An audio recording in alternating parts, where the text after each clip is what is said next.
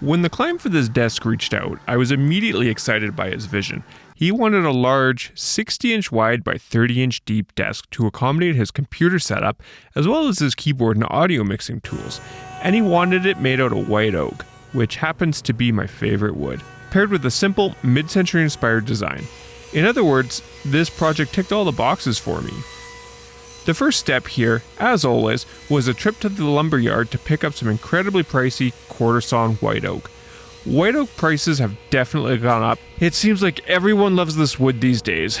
I used 4/4 stock for this desktop, which I ran through the jointer to get a flat face and a square, straight edge.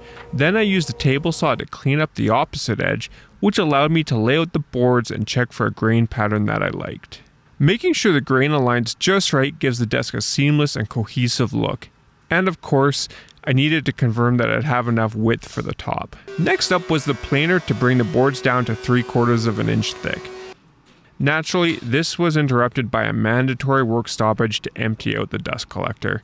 My 15-gallon dust bin usually works wonders, but sometimes, especially during a big project like this, I do wish it was just a little bit bigger. With the boards milled to their near final dimensions, it was time to move on to the glue up. For this desk, I decided to use dominoes to keep everything nice and flat during assembly. First, I marked each board with an N for narrow and a W for wide, so I could keep track as I worked through the joints. This marking system might seem trivial, but it helps me keep things organized and speeds up the process. When cutting the mortises, I set one side of each joint to the narrow setting, hence the N, and the other side to the middle wide setting on the domino. I'm not worried about the horizontal movement of the joint here, just the vertical alignment to keep the table flat. Since the glue alone provides all the strength needed for these edge joints, dominoes aren't strictly necessary here, but they do keep everything aligned during the glue up. If you don't have a domino though, no worries, you can use dowels or biscuits or even just carefully clamp it. Cauls work great too, and they honestly are quicker than cutting all the dominoes, so there's no need to stress over it. With all the dominoes set, I added glue and I clamped up the boards and left the top to cure. I started with the top because honestly, I had no idea how I was going to tackle the legs, but now that the top was safely clamped up, I had no excuses left. So the first step is a good think session, sitting back, staring in the distance, and pretending to look deep in thought. The leg assemblies were easily the most complex part of this build. The tall sides needed to accommodate a pull-out drawer for the keyboard, which meant a curved transition on the inside of the legs to keep everything looking kind of nice and continuous. Plus, I wanted a taper from narrower at the bottom to wider at the top. It's one of those designs where you can see it in your head, but translating that into something physical takes a bit of trial and error. To start, I dove back into the milling again, this time with 8/4 quarter sawn white oak for the legs and the stretchers. The final dimensions of the legs are about 1 5/8 inch thick at the base, and they taper up to about 3 inches wide at the narrowest point, where they transition into the side stretchers. I initially cut the angle between the legs and the side stretcher at 45 degrees, but as soon as I laid them out on the workbench, it was pretty obvious that this wasn't going to work. The side stretchers are way thicker at the joint than the legs. After some deep thinking and lining up the parts, I realized I needed a 30-degree angle on one piece and 60 degrees on the other. So I went ahead and I cut the leg at 30 and the stretcher at 60, only to realize, once again, I had it backwards. I needed 60 on the leg and 30 on the stretcher. With that finally sorted out, things were looking promising. One interesting challenge I ran into was that the miter grooves on my outfeed table weren't quite long enough for these cuts. With the steep angle on the miter gauge, I had to push the material way past the blade. So you can see here I kind of had to squirt the table saw back a little bit. I guess this is one more thing to add to the never-ending list of shop improvements. With the angle sorted, I moved on to shaping the curve. I used a compass to get pretty close to the angle I wanted, and then I cut it out on the bandsaw, making sure to leave a wide margin there, just so that I could clean it up. I had previously cut the straight edge with my track saw. I then traced out all the other leg assembly pieces onto the pieces of wood I had prepped, and once again, at the bandsaw, rough cut everything out. Eventually it dawned on me I just needed to make a template, so I grabbed some scrap 3/8 inch MDF and I traced out the leg assembly. I used a can of stain as a guide to draw the inside curve and a ruler to lay out the taper. This Rubio stain costs like $130 for a can, so it's nice to be able to put it to multiple uses. Cut the straight sections with my track saw and shape the curve on the bandsaw. A quick pass through the oscillating sander and I had a smooth, precise template where the leg flowed nicely into the side stretcher. For the joinery on this, I'm once again going to use dominoes. I added these early on so I could hold the leg assembly securely as I worked on the shape. And let me tell you, I probably spent way too long staring at this setup, trying to make sure that everything would align just right. With the template ready, I traced the shape onto each leg piece and rough cut them on the bandsaw. I joined the legs with the dominoes and I glued up the assemblies. They then sat to dry for, well, honestly, I don't remember. Maybe overnight, maybe an hour. Time gets a little bit fungible in the shop. I bought double-sided carpet tape about a year ago and I struggled with it every time I used it. It was insanely sticky and it would often break templates trying to get them off. Since then, I got this Woodworking double-sided tape off of Amazon and it's honestly been amazing. It sticks super well, releases with a modest amount of effort, is easier to cut, and well, it just works great. I'll go ahead and put a link to this in the description, so if you're struggling with double-sided tape, check this stuff out, it works well. I used some of that magical tape here to stick the template down to the legs. With the template secure, I took my fancy new Festool router with a compression bit and made the first pass on each leg. I flipped the template over from the back to the front as the curves and the profiles are the same. Then I switched to a top bearing bit on the router table and finished off the profiles. A little bit of sanding and the two leg assemblies are ready to be assembled. It's time for the leg assembly to assemble the assembled leg parts. Whatever, it's time to move on. I used more dominoes to connect the back stretcher to the legs. I used 5mm dominoes for this and cut 2 per side of the stretcher. I always find it tricky cutting vertical dominoes like this. Maybe there's a better way, I don't know. I find that despite my best efforts, the domino tends to wobble, making for a slightly oversized mortise or maybe just at a bit of an angle. Maybe it's a practice thing, I'm not sure. If you have any tips, just let me know. I did a quick dry fit to make sure everything lined up well. There was a knot here at the bottom of one of the side stretchers that needed to be addressed. I used some tuck tape to mask off the area and make sure there was no epoxy leak out at the bottom of the hole. I mixed up some epoxy and put some of this black dye in it and filled the hole. Finally bought myself a little propane torch and was able to pop the bubbles that formed. I gotta say, after watching this done countless times on the internet, it was a little underwhelming. I measured out the final height of the legs, remembering to account for the thickness of the top. I used my track saw to then cut them both down. This is a great way to make sure that both legs are the same length. It works pretty awesome. I want to include this shadow line here that you can see in the drawing that I did between the top of the legs and the bottom of the desktop. I thought the best way to do this would be on the router table. So I pulled out my fence and I got everything set up and was just about to pass the legs through when I thought it might be tough to get the legs and the back stretcher to align properly during the glue up and to have that shadow line up perfectly in the corners. So I decided I wasn't going to go this way. I abandoned this approach and planned on figuring something out later. I went ahead then and cut the roundovers on both of the leg assemblies using my trim router and a 1/8 inch roundover bit. I gave everything a quick sand and moved on to the mitered corners. One of the miters was a bit open from the glue up, so I filled the gap with some glue and I pushed it closed using a screwdriver with a round shaft. Next, I hit it with a sander to mix some of that dust in with any of the exposed glue. As you can see here, this cleans up an open miter very well. These will be hidden under the top of the desk, so they won't be visible, but it's still nice to close that gap.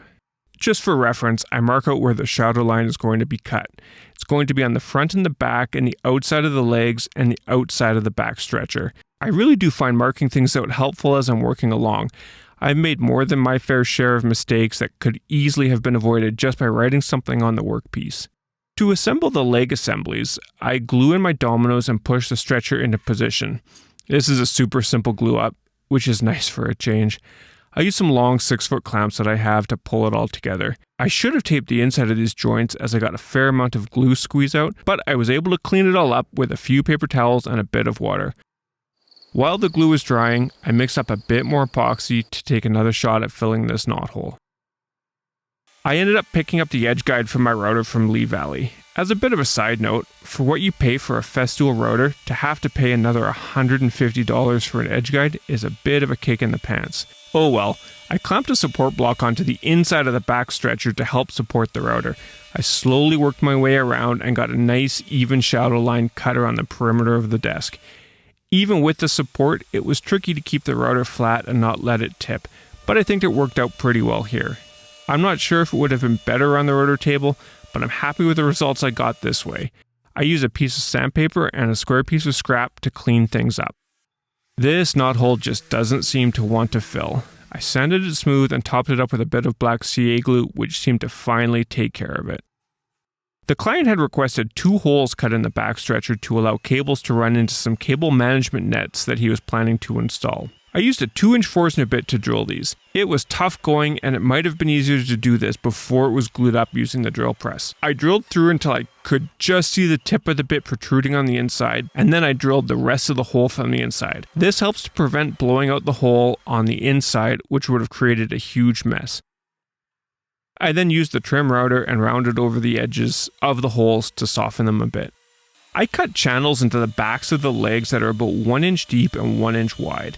This is to allow for cables to be run up the backs of the legs and to help things look neat and tidy. I used the same approach here as I did to cut the shadow line. I clamped on a piece of wood to act as a support and used a 1/2 inch spiral bit. I made multiple passes to get to the target depth and did this in 2 rows on each leg.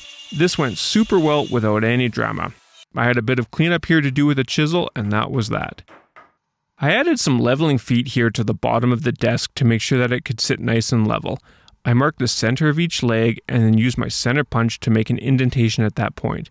I didn't want these to be visible, so I drilled a hole the depth of the foot with a Forstner bit that was just bigger than the diameter of the foot. I then drilled out a hole for the threaded insert that was deep enough to account for the bolt on the leveling foot. I pounded in the insert and threaded in the foot. I think this is a super clean way to add some adjustability to a desk or a table leg without needing the ugly plastic foot to be visible. And with that, the leg assembly is basically done. Well, minus a lot of sanding and finishing, but yeah, basically done.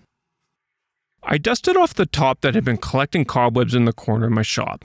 I did a pretty poor job of cleaning up the glue squeeze out when I glued this up, so now I had a lot of work to do with my poor little sander. I got after it, and after a while, the top came out looking amazing. When working on a top like this, I like to sand it initially with 80 grit to remove any glue and smooth out any imperfections from the glue out. This gives me a nice flat surface to reference off of. I used my track saw here to cut it down to width and then ran it through the table saw to rip it to the desired depth. I quickly checked to make sure everything was nice and square. To attach the top to the base, I initially decided to use these I'm Canadian, so we'll go with Z clips. These cool clips hold the top securely to the base while allowing for seasonal wood movement. I cut a bunch of mortises in the leg assemblies for the Z clips, then flipped it over and got everything lined up. These clips slide loosely into the mortise, then they are screwed down securely to the top. On a normal table, these would hold super well, but I ran into a bit of a problem here. Because the front is open where the drawer slides out, it allows the legs to move apart a bit, even with the drawer attached. I decided on another solution, I think, but we'll get to that in a bit. I had another knot on the bottom of the desk, so decided now was a good time to fill that. I usually end up filling these as I go, especially when I can fit it in right before finishing up in the shop for the day. This allows the epoxy to dry overnight. It might seem like I'm filling holes randomly throughout the video, but there is a bit of a method to my madness here. I had glued up the drawer panel at the same time as the desktop, so now it was time to deal with that. I cut the ends off at a 45-degree miter and I sanded everything down. Then I used the offcuts to create the vertical space to attach the drawer slides. I clamped these in place with some green painter's tape. In past videos, I've complained at length about the quality of my masking tape, but no more. I spent the money and bought a couple of rolls of this crazy frog tape. It is so much better.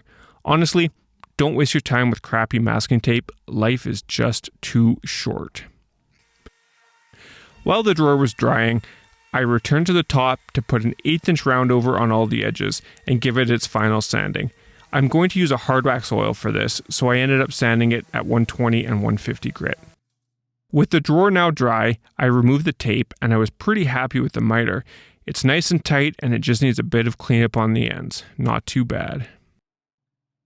The depth of the drawer is 14 inches, and I ended up using 18-inch drawer slides so that I could recess the drawer about 8 inches from the front and still allow it to pull out 10 inches. This way, the keyboard and audio gear can be pushed back out of the way when using the computer and pulled out for full access to everything. These are just standard slow close side mount slides. Nothing crazy, but they did the job well. To finish this, I used Rubio Monocoat Cotton White. I love using Rubio, it smells decent and it's fairly easy to apply.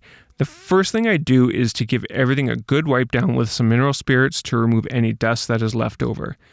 I noticed at this point that there was a small dent on the top, so I used an iron and a wet rag to pop out the dent. This is a super cool trick that really does fix minor blemishes. As long as the wood fibers aren't broken, this should repair any small dents. I also got an email from the client just now realizing that he wanted a third hole in the stretcher to more easily run his monitor cable underneath. I quickly drilled that hole, rounded it over, and cleaned up the little bit of dust that had formed. I allowed the mineral spirits time to dry completely and then I mix up the Rubio. Rubio Monocoat is a 2-part finish with a base oil and an accelerator. If you don't add the accelerator, it takes something like 30 days to fully cure, but with the accelerator, it comes down to like a handful of days, 3 days maybe. It's not the cheapest finish, but being in a small shop, it's one of my best options. I won't spray oil finishes in my shop, and even spraying water-based finishes is a huge pain. With the finish mixed up, I used a white Scotch-Brite pad and apply it evenly to the surface. I do this in sections as you need to begin removing the finish no longer than 15 minutes after it's applied. You can't let this stuff dry on the surface or you will have a gummy mess. I just use blue shop towels to wipe it off. It's a workout, but just keep rubbing it until the surface is dry and no more finish comes off. I love cotton white on white oak as it really highlights the grain of the wood. It's without a doubt my favorite finish on white oak.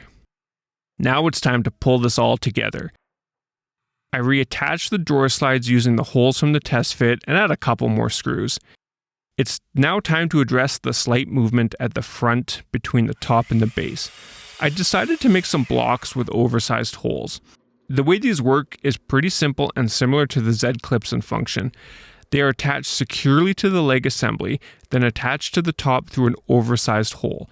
This way, if the top expands or contracts, the screws in the top will be able to move back and forth with that expansion. This also provides a much more secure attachment compared to the Z-clips. I decided to use these blocks along the back and the back of the sides, but still use the Z-clips at the front as they are smaller and I find them a bit more aesthetically pleasing.